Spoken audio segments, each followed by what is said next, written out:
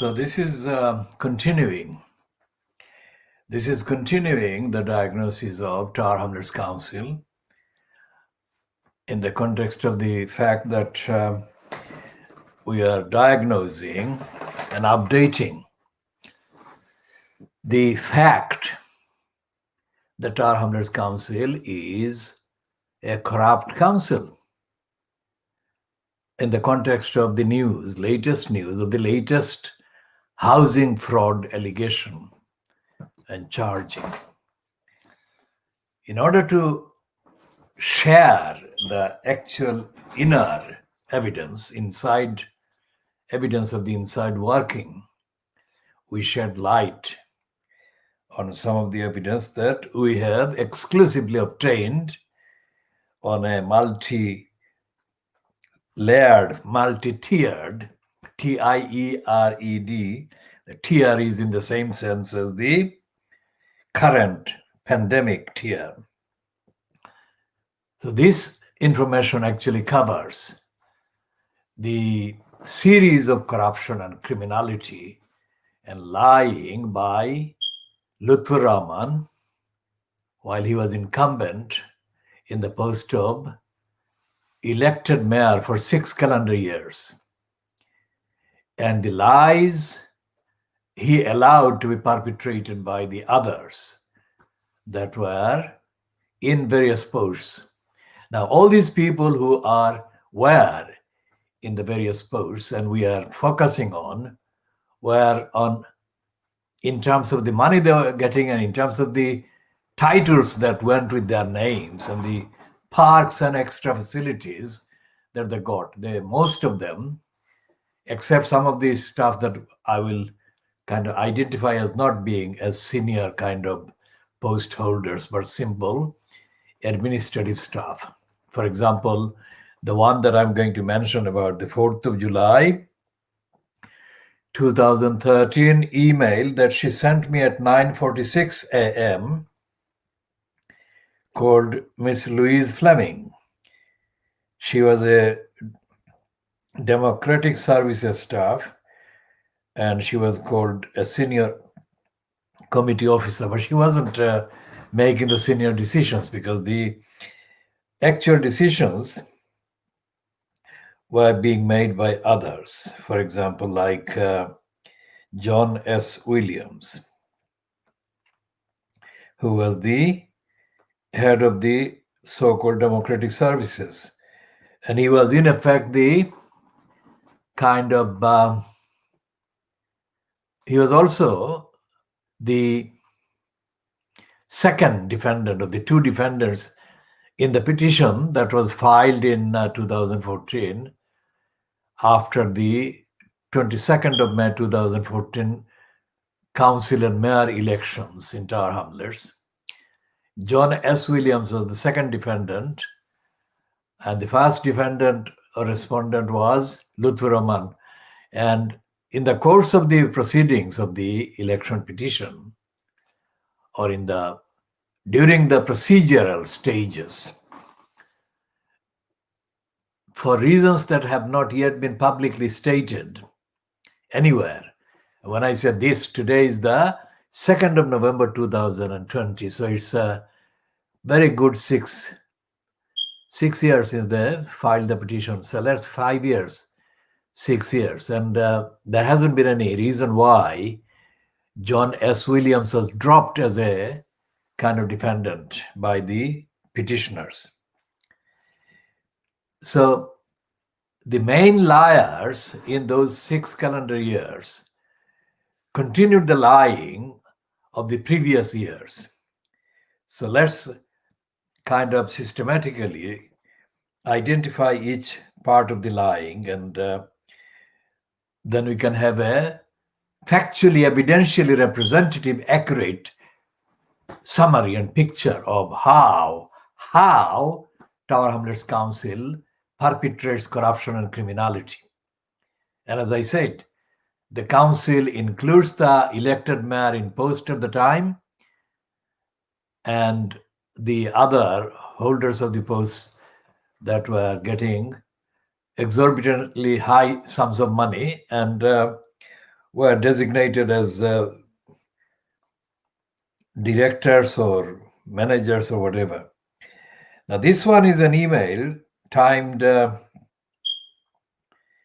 9:46 a.m. on the 4th of July, 2013, and it has been sent to me. It was sent to me by Miss Louise Fleming, Senior Committee Officer, Democratic Services, London Borough of Tower Hamlets. Now, her email reads, Dear Mr. Huck, I write to confirm that the action arising from last night's cabinet meeting is that Miss Jackie Odunoy, Service Head Strategy, Regeneration and Sustainability, will speak to you regarding your public question.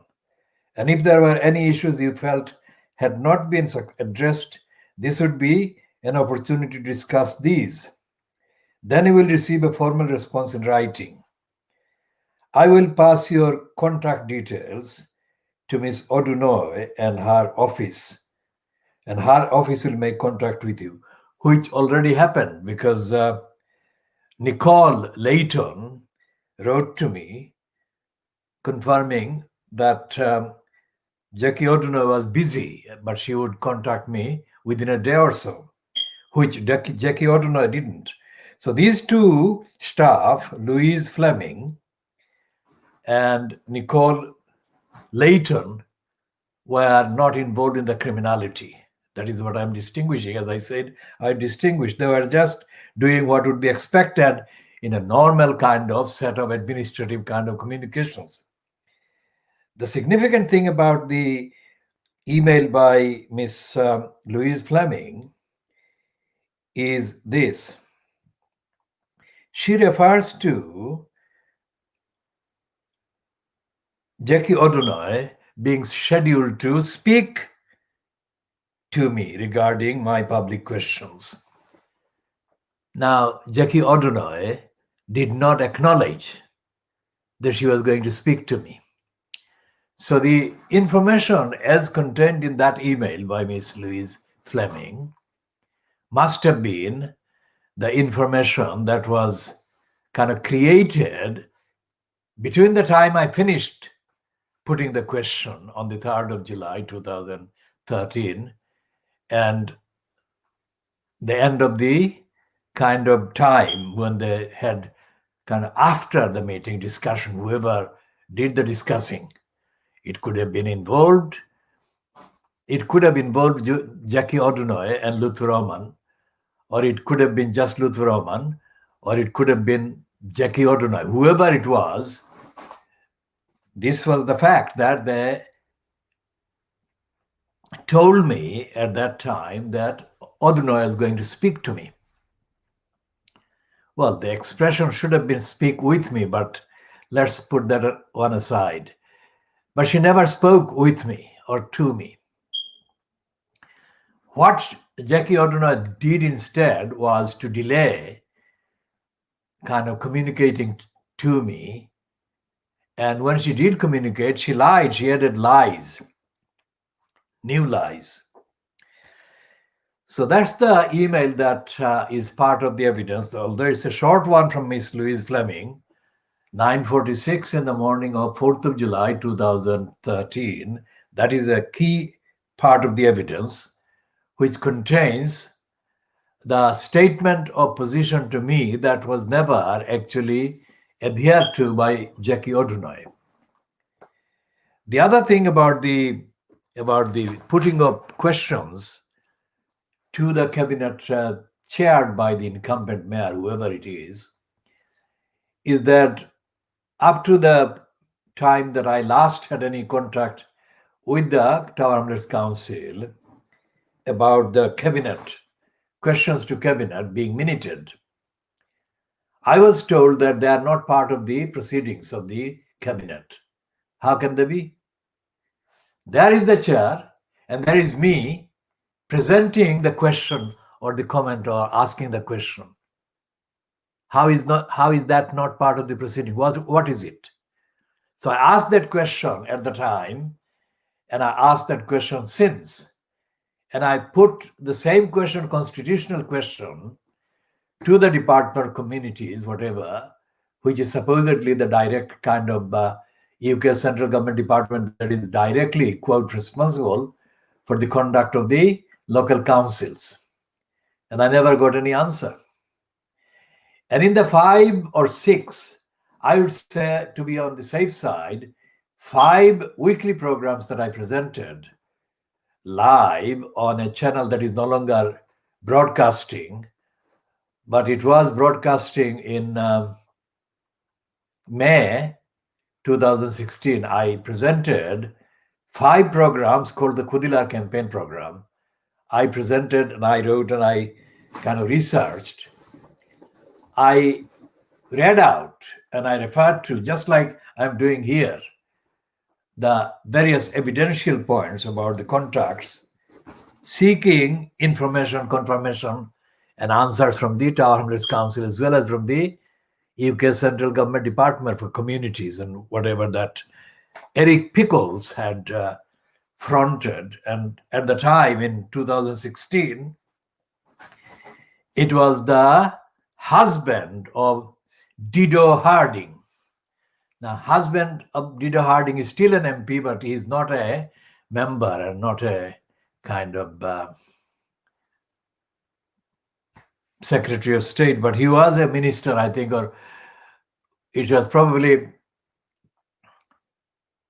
his remit, the council, whether it was as a Secretary of State or as a minister. And Dido Harding's husband was the one that was kind of in post at the time, that was dealing with the issues that I was raising about Tower Hamlets Council. And the issues I was raising in April and May 2016 included the behavior of Tower Hamlets Council criminals and the behavior and the role of the ministry in holding to account that department. And remember, that was 2016, which was second calendar year after Lutheraman was ousted and John Biggs was the one put in place on the 11th of June 2015. And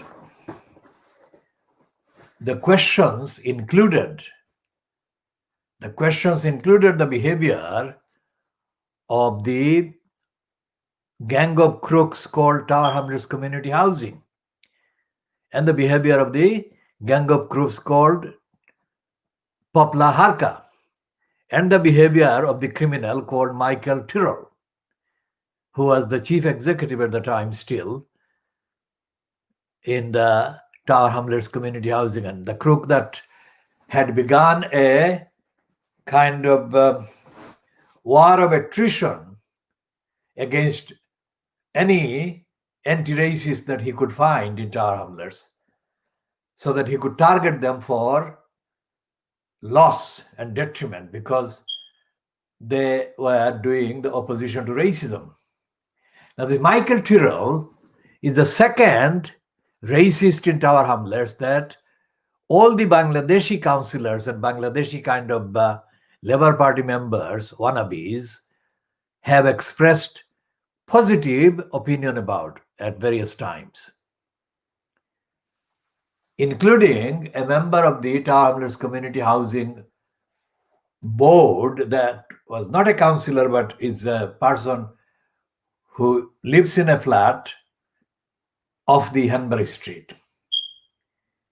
And all of them at various stages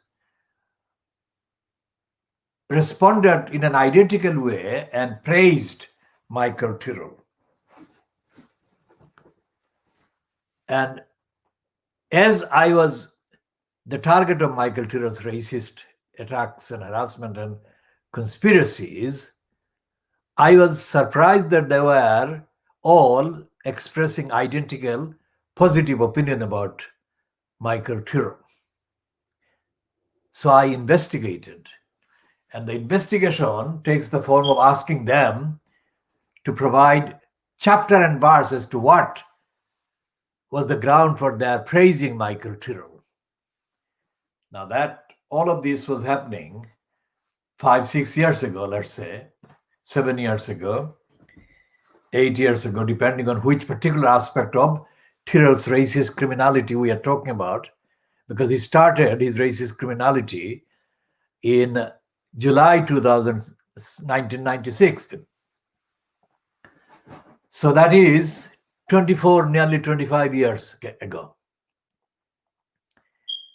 And at no time has any member of the Labour Party in Tower Hamlets, or any Labour Party member of Tower Hamlets Council, or any Bangladeshi Labour Party member on Tower Hamlets Council has answered any of my questions. Now that's a general kind of factual statement that they don't answer. And this one was about Michael Tyrrell, and they didn't answer. And this one about Michael Tyrrell and Tower Hamlets community housing, and they didn't answer. So therefore, I asked them questions that took up time that would have warranted or required the time and resource and energy of dozens of people in the same time. So you multiply and add up all the work and all the hours and all the days and all the months that had to be put into the action, seeking the information and the evidence. And you can see just how phenomenal the task has been. And if you then multiply and expand across the decades that I have been doing the same thing in relation to every single other criminal before Mike Tyrrell, the criminal racist, came into place, you can imagine just how much work I've been having to do in order to establish the evidence. Nobody has done this. So that is an exclusive part of the identity of this program and this service and this investigation. It's an exclusive world diagnosis of the Fleet Street media, because the Sun newspaper is the one that broke the story, calling it its exclusive about Afsana Begum. And it said that Afsana Begum had been charged with 3 counts of fraud on housing. So during the day today, this is Monday, I spoke with one known member of the Labour Party in Tower Hamlets. I'm not naming them, except to say that I did speak to them during the day on Monday, the 2nd of November 2020. And I spoke to another person, another member of the community in Tower Hamlets, who had been a long-standing member of the community in Tower Hamlets, and I asked them about this particular information or news that Afsana Begum had been reportedly charged with 3 counts of fraud on housing. The first one, the Bangladeshi member of the Tower Hamlets Labour Party, the Labour Party in Tower Hamlets, did not express any cohesive commentary or narrative, except to say, which is absolutely correct, that these persons who are getting involved in fraud and similar are bringing the Bangladeshi community in disrepute. The Bangladeshi community in Tower Hamlets in the UK into disrepute, which is a fairly factual kind of comment. And the other one, who is not a Labour Party member in Tower Hamlets to my knowledge at the present time, said that they didn't even notice any of the kind of, if there was any mention of this particular charging of this MP on any of the channels that are kind of run in the name of the Bangladeshis in Tower Hamlets and in the UK. And that person said that they did not kind of really watch Bangladeshi television channels being broadcast from Bangladesh. Essentially what is happening is that the fact that the main Fleet Street kind of newspapers, and I had to say to the person that it had been actually mentioned in the Sun first and then in the Guardian and the Daily Mail and other mainstream Fleet Street papers. What is happening is that essentially the readers and members of the public that are in the UK who are not Bangladeshis themselves are getting the impression that the Bangladeshis are a community that has so many crooks in it or suspect characters, which is absolutely correct on the evidence. Because whenever there is any online kind of forum or opportunity for people to post comments on such allegations and kind of information, there is almost identical kind of expression of contempt collectively for the Bangladeshis, as immigrants, and as Muslims. And the opinion, about 90% of the opinion posted, that is hostile, and it treats the image of the Bangladeshis with unhidden, unconcealed derogation and contempt.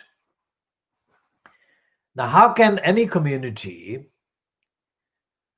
in the context of migration and the context of rising racism, but racism has never stopped rising in this country, how can a community, because this is a community collectively, individual members of the community, Bangladeshis, may not be in contact with or even aware of these perpetrators or convicted fraudsters.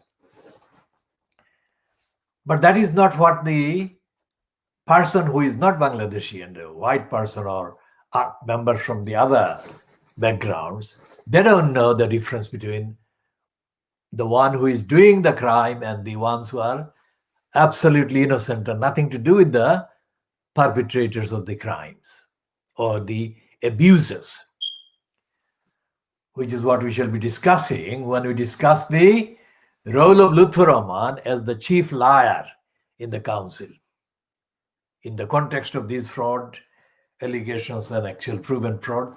Because one of the councillors who got kind of charged and prosecuted and convicted and jailed was for most of the times that Lutfur Rahman was in post, a member of Lutfur Rahman's side on the council.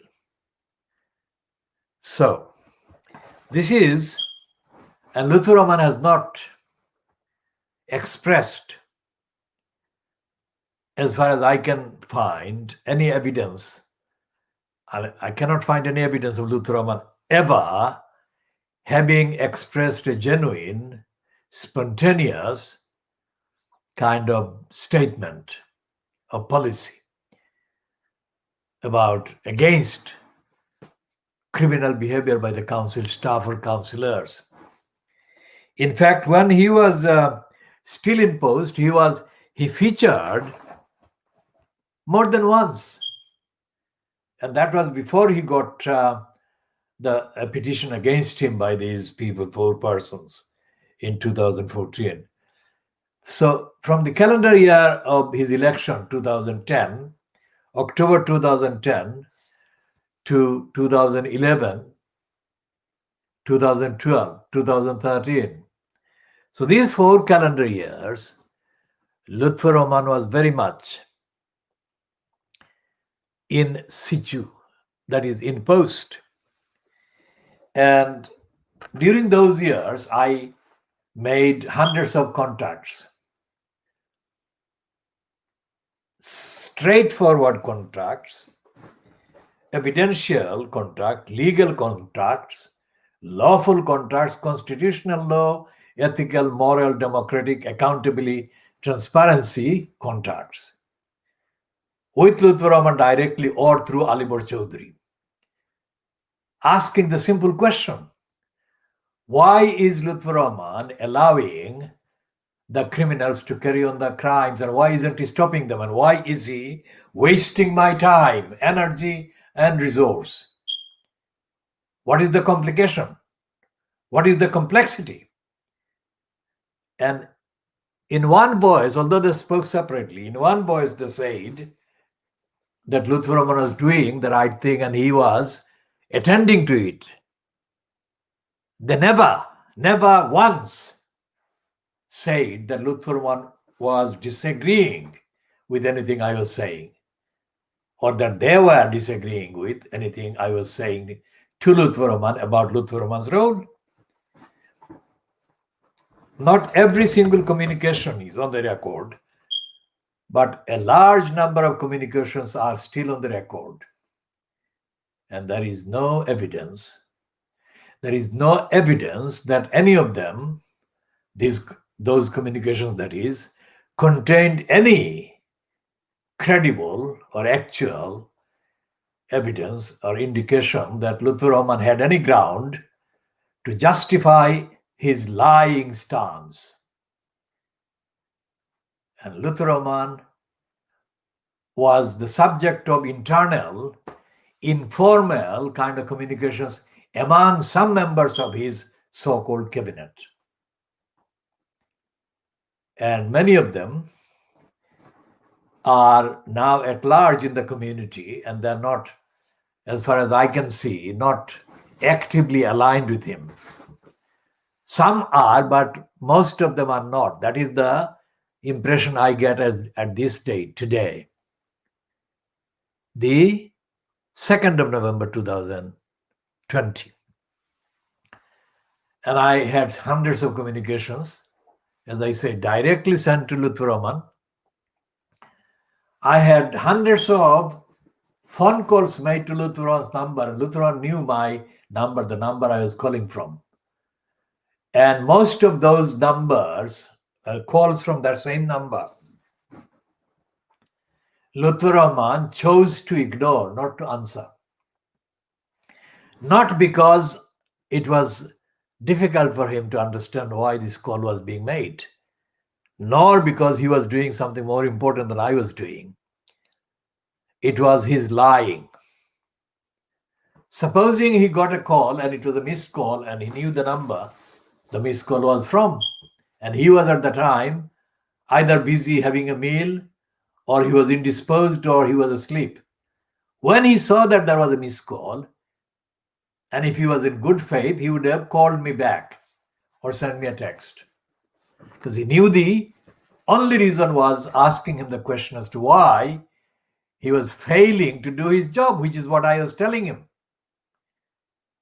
Now, I was not able to tell him the full details, because when I spoke to others who spoke on his behalf to me and kept assuring me that he was fully committed to supporting my claims and rights and generally be helpful, he wasn't any of those three things. In January 2013, Lutfur Rahman made a number of trips to the Middle East. Now, at a significant time before that, I had told Ted Jory, the racist, that he should be inquiring into Lutfur Rahman's travels abroad. But the self-rated investigative journalist, Ted the moron Jory, did not understand my question.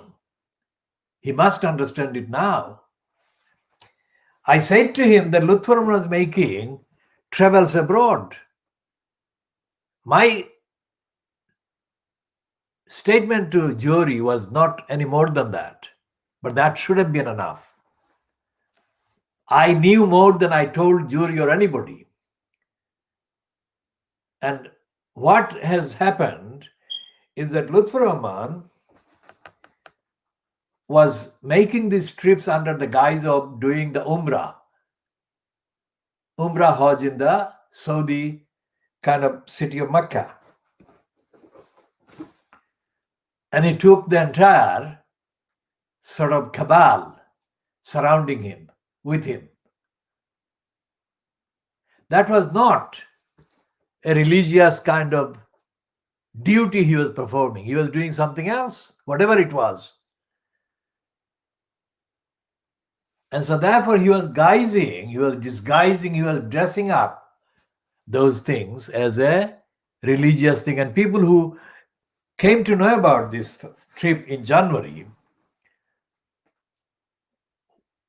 loudly wondered to me, what is he doing? What on earth is he doing going to the Umrah? He's supposed to be the mayor of Tar Hamlets, and there are so many things to do. And the reason I came to know about his trips to, quote, for Umrah was because I was asking him daily questions based on the updated information I had gathered of the updated state of the degeneration of the activities by the criminal Colin Cormack on the one hand, and the criminals, other criminals involved, as affecting other aspects of the criminality that they had caused against my rights and against the rights of the community concerned.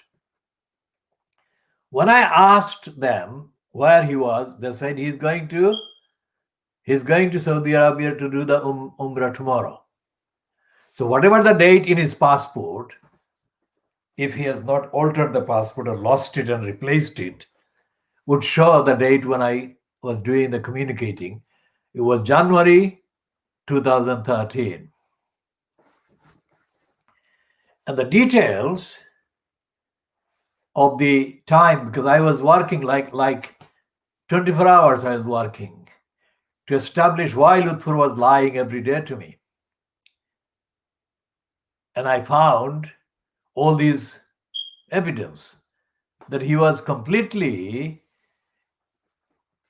irresponsible about his duties and about his obligations as the incumbent in the post of elected mayor. Now, Sadiq Khan and Andy Barnum have been talking about the regional mayors and the kind of responsibility that Boris Johnson fronted government owes to the local areas, and the responsibility Johnson's administration has to communicate with these mayors in view of the reimposition of the lockdown and the impact, mainly the losses that the majority of the communities are facing. Every day for 6 calendar years, starting from the last kind of week of October 2010 until the day, Thursday, the 23rd of April 2015, when Lutfur Rahman was kicked out. Unless I was busy traveling or doing something urgent that prevented physical contact with the council or Lutfur Rahman's cabal, with those exceptions, and unless I was kind of doing the naturally required resting, I was concerned at the audacity of this criminal gang in ignoring their basic duties and causing me to spend even more than 1 hour, because it didn't need more than 1 hour to resolve the issues.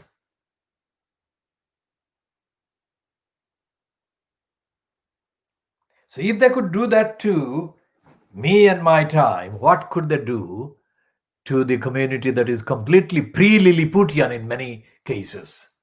Not just Lilliputian, but in terms of the intellectual application, most of the people in the relevant context behaved like pre Lilliputians. What was he doing to them? And what he was doing to them was left to Richard Morey to put in words. That Lutfur Rahman had got in by using corrupt and fraudulent means.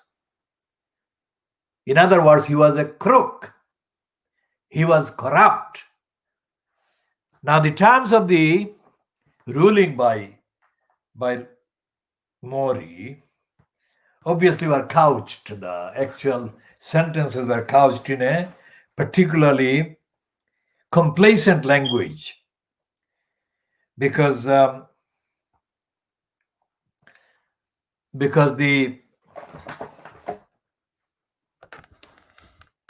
empirical evidence based on the losses caused by Lutfur Rahman to thousands of people in tar hamlets, that experience is not available to the likes of Richard Morey. For him, most of what Lutfur Rahman did, although he did corruptly and fraudulently, was somewhere else on another planet. It didn't impact on the life of Richard Morey. So it was theoretical. And we shall be looking at the representative samples of what Morey said.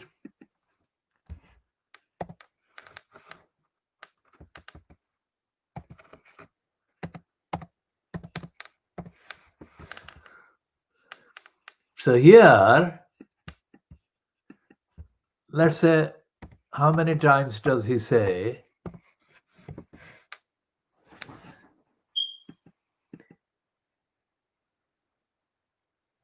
I mean, he says, Morey says, as I said, a person shall be guilty of a corrupt practice if he is guilty of bribery. And a person shall be guilty of bribery if he, directly or indirectly, by himself or by any other person on his behalf, gives any money or procures any office to or for any voter or to or for any other person on behalf of any voter or to or for any other person in order to induce any voter to vote or refrain from voting or corruptly does any such act as mentioned above, etc., etc. What I'm saying here is that Richard Morey, quote, QC, in his ruling on the 23rd of April 2015 and of the 23rd of April 2015, devoted a significant amount of his ruling to the assessment, evaluation, and explanation of corruption by Lutfur Rahman. Now, if Lutfur Rahman was not as idiotic as he has turned out to be, not only corrupt, but also idiotic and stupid, he would have listened to my advice that I gave him within less than 10 days of his so-called election. And I gave him the advice on the Friday, the 29th of October 2010 in Brick Lane. And if he had listened to my advice, he would have avoided all these corruption. Quite apart from the fact whether he stayed in the post or not, different matter, but he would not have been declared a crook by a judicial kind of process. The election petition is a judicial process. And what happened was that Lutfur Rahman was treating with contempt the whole Bangladeshi community, all the Asian people, if you like, except any white-skinned advisor. So that way he, Lutfur Rahman, behaved as an worst example of what T.B. Macaulay had anticipated would happen. And in our language, in my language, he was behaving like a worst example of the ethnic surrogate and the worst example of the mental slave. Because to Lutfur Rahman, what I said, because it was not coming from a straightforward white skinned person, lacked the urgency and the application that it would do if it came from George Galloway or Ken Lying Still Livingstone. So the mental slavery and stoogery and criminality of Lutfur Rahman has cost the community severe losses. Severe losses that Lutfur Rahman in his rest of his life and all his relations and family members put together will never be able to understand even a fraction of. And that he did for no reason that he could kind of lay at me, because I didn't ask him any illegal question. I didn't ask him any unlawful question. I didn't ask him anything outside of the law or of the duties of the council. And he ignored this. And as I said, there is nobody in the whole of the Bangladeshi community who would have given him the benefit, even a thousandth of a benefit that I gave him. And he has disgraced the community, not only as being declared a crook and a fraudster and a liar, but he has disgraced and devastated the community for a very long time to come. By community, I include not just the Bangladeshis, but the wider community, wider society. Because the fact that Lutfur Rahman was ousted for lying, that is the fact. All my campaigns have been against lying and liars. And I was the last person that he should have lied to.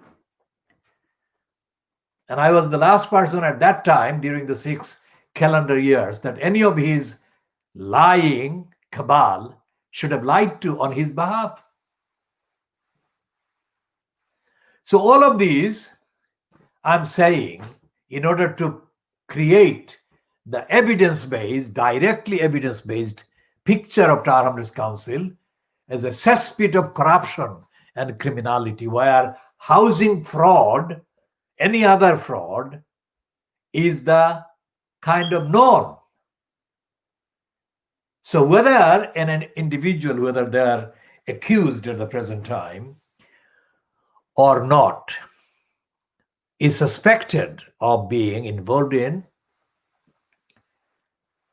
shifty, criminal, unlawful things by abusing Tower Hamlets Council, it would not be a shocking exception. It would be the expected norm. And that had been the case about Tower Hamlets Council even before Lutfur Rahman left the school and became a kind of youth. He was introduced to me in 1980 as a youngster, as a youth, as a teenager, by a group of my former students in the Greater X Street. And they all called me sir. I mean, it's a norm. So when he became a councillor, he started calling me Baisab. There was no basis for Lutfur Rahman calling me Baisab. I'm either older than his father, who died recently, or I am as old as his father. There was no basis for this stupid relationship to be fantasized and based on a fantasy. I'm not his Baisab. And there was no connection with him or his family before I came to this country. And there had never been any relationship in terms of Baisab or family. Calling me Baisab reduced his obligation to me and to the community. I am a known constitutional law activist and international law campaigner of the longest possible kind of range and credibility on the evidence. If I were a George Galloway, he would have knelt before me and saluted me and touched my feet, which is exactly what they have been doing to George Galloway when he got in to Brick Lane, and they put him on their shoulders and they carried him on their shoulders on any number of occasions.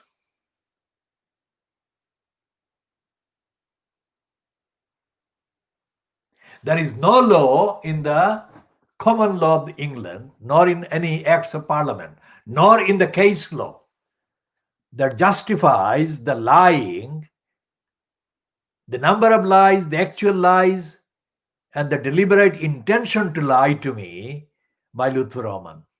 There is no basis in law. So why did he lie?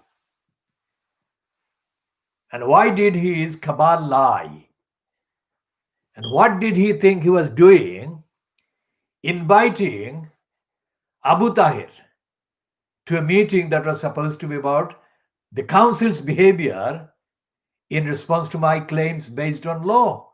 What was Abu Tahir doing there at that meeting instead of Colin Cormack, who should have been there, and other council employees concerned?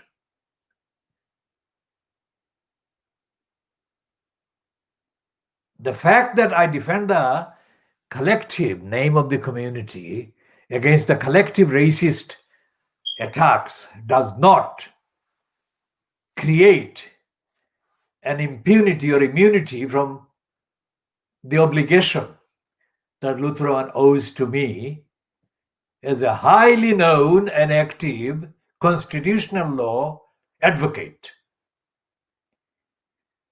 How did he assume that he could just forget about all of those because he could call me Baisab? A stupid, insulting, outrageous kind of abuse and disrespect.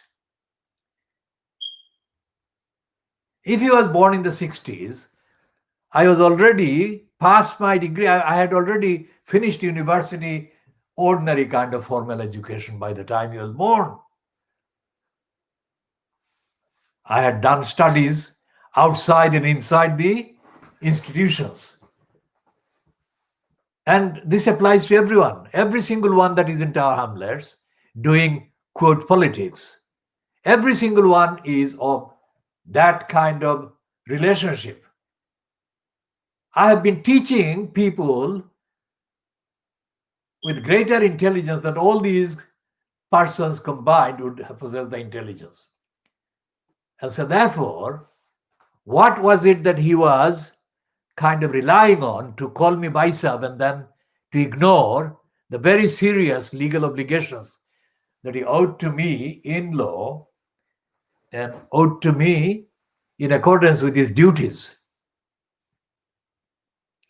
And it was Afsana Begum was, as a member of the mayor's office, that wrote to me a lying series of emails, either on behalf of Ohid Ahmed or on behalf of the administration fronted by Lutfur Rahman. It was a pack of lies. Why did she do that? Who told Afsana Begum to write to me these lying emails? And when Lutfur Rahman had this kind of gathering in Canary Wharf, in a building in Canary Wharf, before the 22nd of May 2014 mayoral miselection, Lutfur Rahman, got Alibor Chaudhry to invite me at the last minute to go there. Whatever had given him the idea that I would go there. How dare he insult me and insult decades of my campaigning work by sending Alibor Chaudhry to send me a message, asking Alibor Chaudhry to send me a message to go there. How dare he? Lutfur Rahman knew that I was opposed to the corrupt mayor system. How did he think that I would be going there and supporting the mayor system? That is not just insulting, that is stupidity. It showed that he lost his cognitive skills and his memory. So Afsana Begum wrote to me about that time, about 2013, or just whenever the last time she was there in that post, in that office. And she denied all the kind of duties that the council owed. And she kind of sent a series of stupid emails that were, again, as I say, pre-Lilliputian in their stupidity, because they didn't engage with the facts and the evidence, and they did not apologize for their failure to engage with the facts and the evidence. Now, anyone who knows about tar hamlers and knows about the various references to tar hamlers being a Muslim state,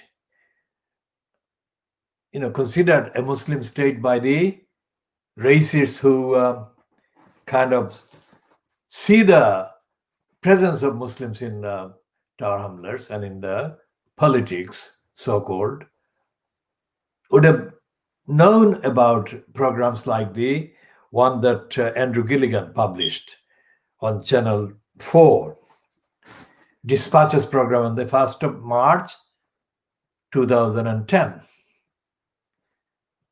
In that program, there was not a single member of the community, Bangladeshi community, that spoke there in favor of Lutfur Rahman at all. And there was not a member of the community that spoke in favor of Tar Hamlets Council.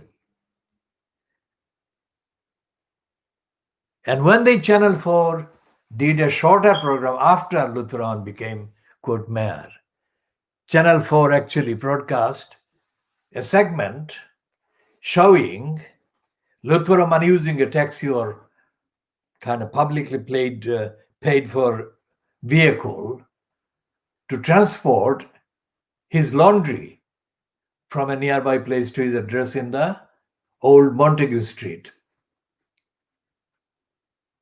What was he doing? I mean, when did he become disabled? Was he physically disabled, or did his mind lose and leave him, and he became mentally incapable of cognitive function? This is a community, the Bangladeshis in the UK, that is essentially here to escape poverty and hunger and indignity in the place of their origin. If there is an access to any institutional politics and political position carrying any power to any member of the community or any descendant of any person who came here during the 60s or 70s, then the last thing that person should be doing would be to do what Lutfur Rahman has done, or what the others have been alleged to have been doing, or what the other three councillors charged and convicted and jailed have been doing. And where are the leaders of the community? Who are the leaders? One channel refers to me as community activist. Now that is a multiple criminality. To call me a community activist as if I'm a pre-Lilliputian moron. That stupidity is born of jealousy based on the emptiness of the brain. I am not a community activist, never have been. And I have been an advocate of the highest standard since long before that idiot was physically, biologically born.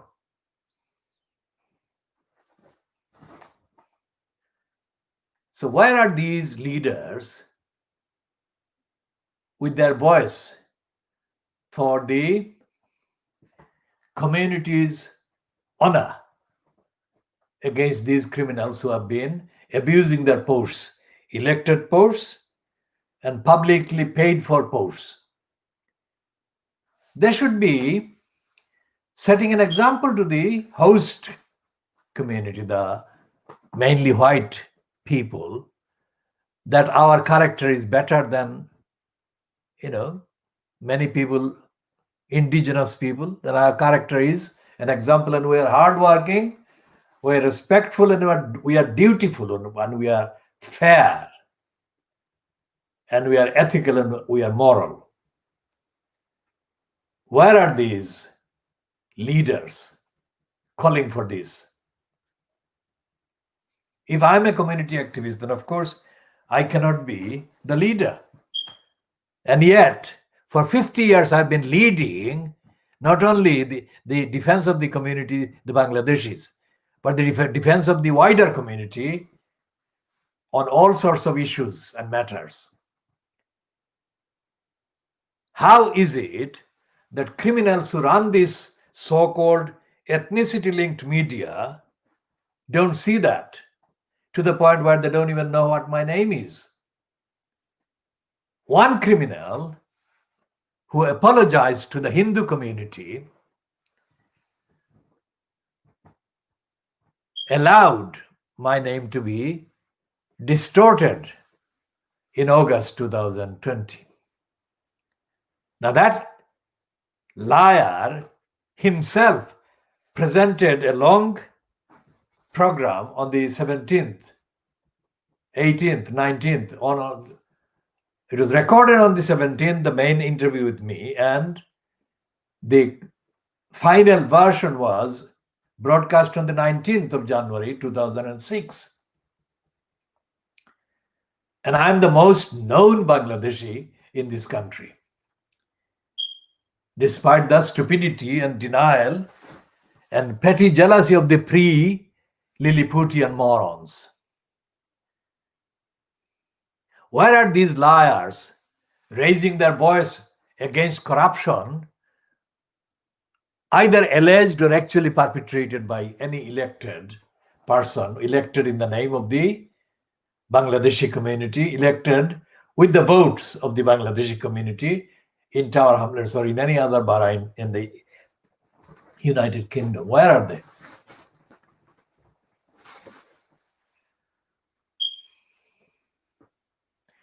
When I spoke to one of the ex-councillors in Tower Hamlets about Lutfur Rahman, this particular ex-councillor said a string of things that showed that Lutfur Rahman was mentally dysfunctioning and was not fit. Now, this was not something I had said to them. I had said to them the facts of what Lutfur Rahman was failing to address. But this was the response to me. Now, that was the response, but separately from that particular individual, the dossier that was submitted to the Labour Party's National Executive Committee in 2010, before the matter of the candidature for the mayor post in the name of the Labour Party was finally resolved,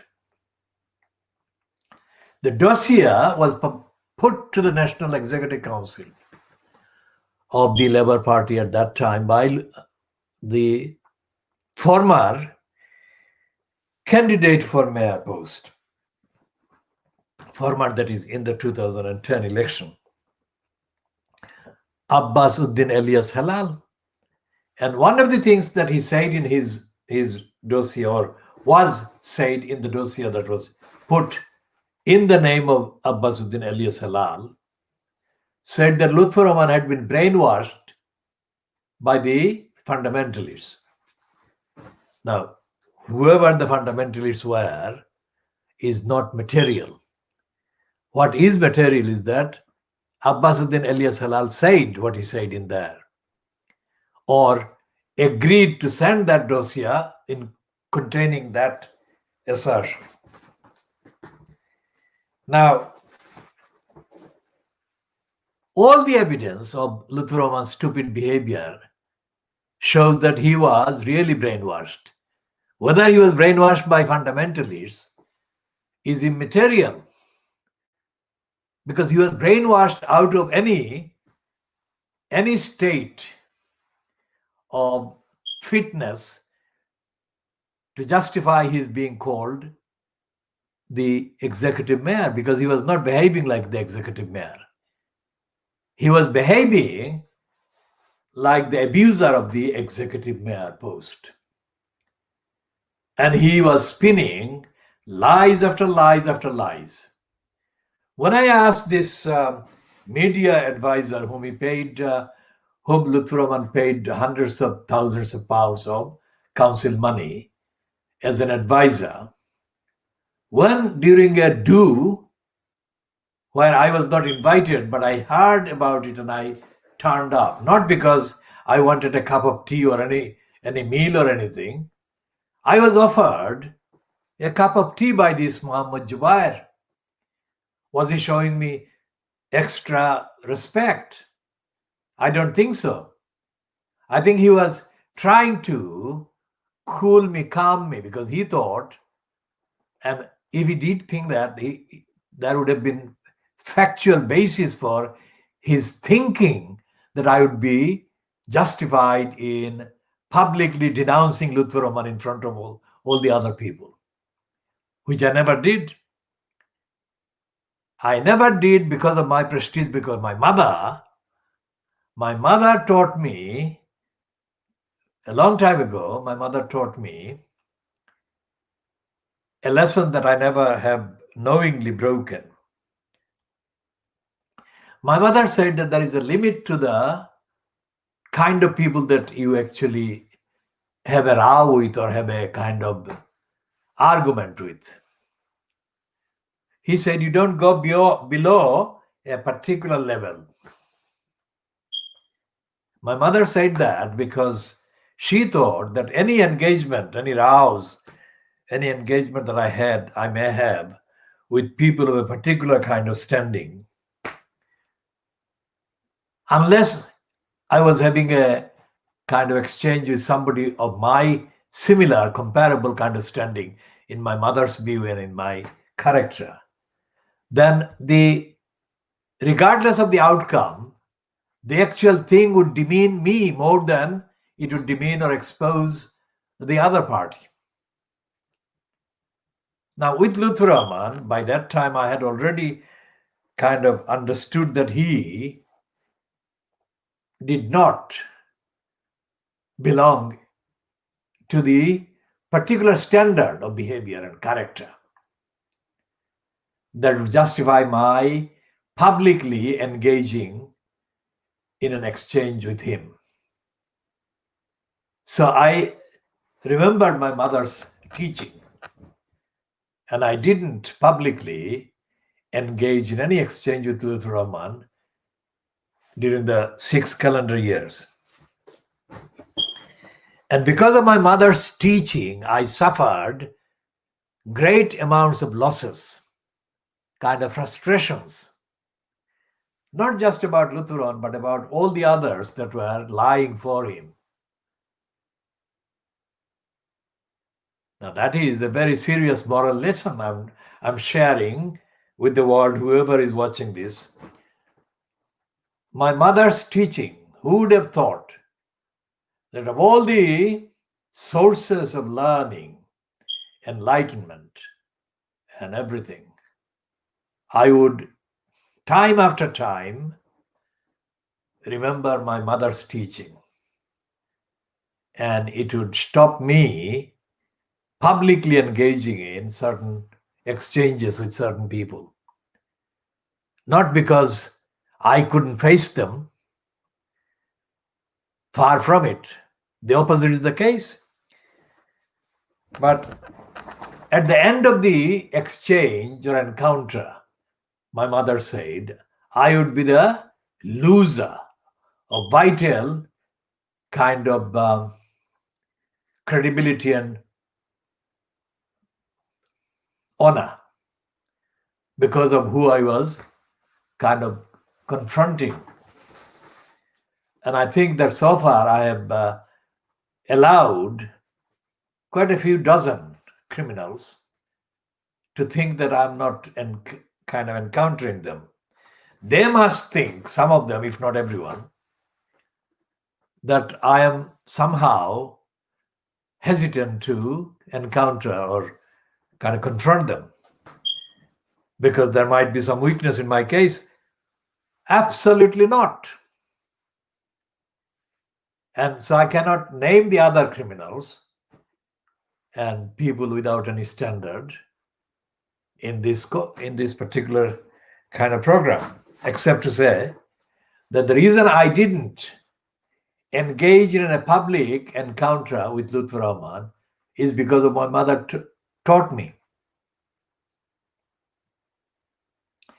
Lutfur Rahman was completely ill-advised by pre-Lilliputian kind of cabals. And they sank him, and they sank the community's name with him. The reason why the Khudilar campaign is talking about Lutfur Rahman is not to give him any credit, because he will never get any credit on the basis of his behavior, but to warn people in the community that any publicly kind of endorsed position that is acquired or sought in the name of the Bangladeshis or in the name of the wider community must be only given to anyone seeking it if the people in the community are objectively satisfied that this person or these type of persons will not dishonor the community, will not bring disrepute and disgrace to the community. So we shall be continuing in the next part. This is 20 minutes past midnight Greenwich Mean Time on the morning of Tuesday, the 3rd of November 2020.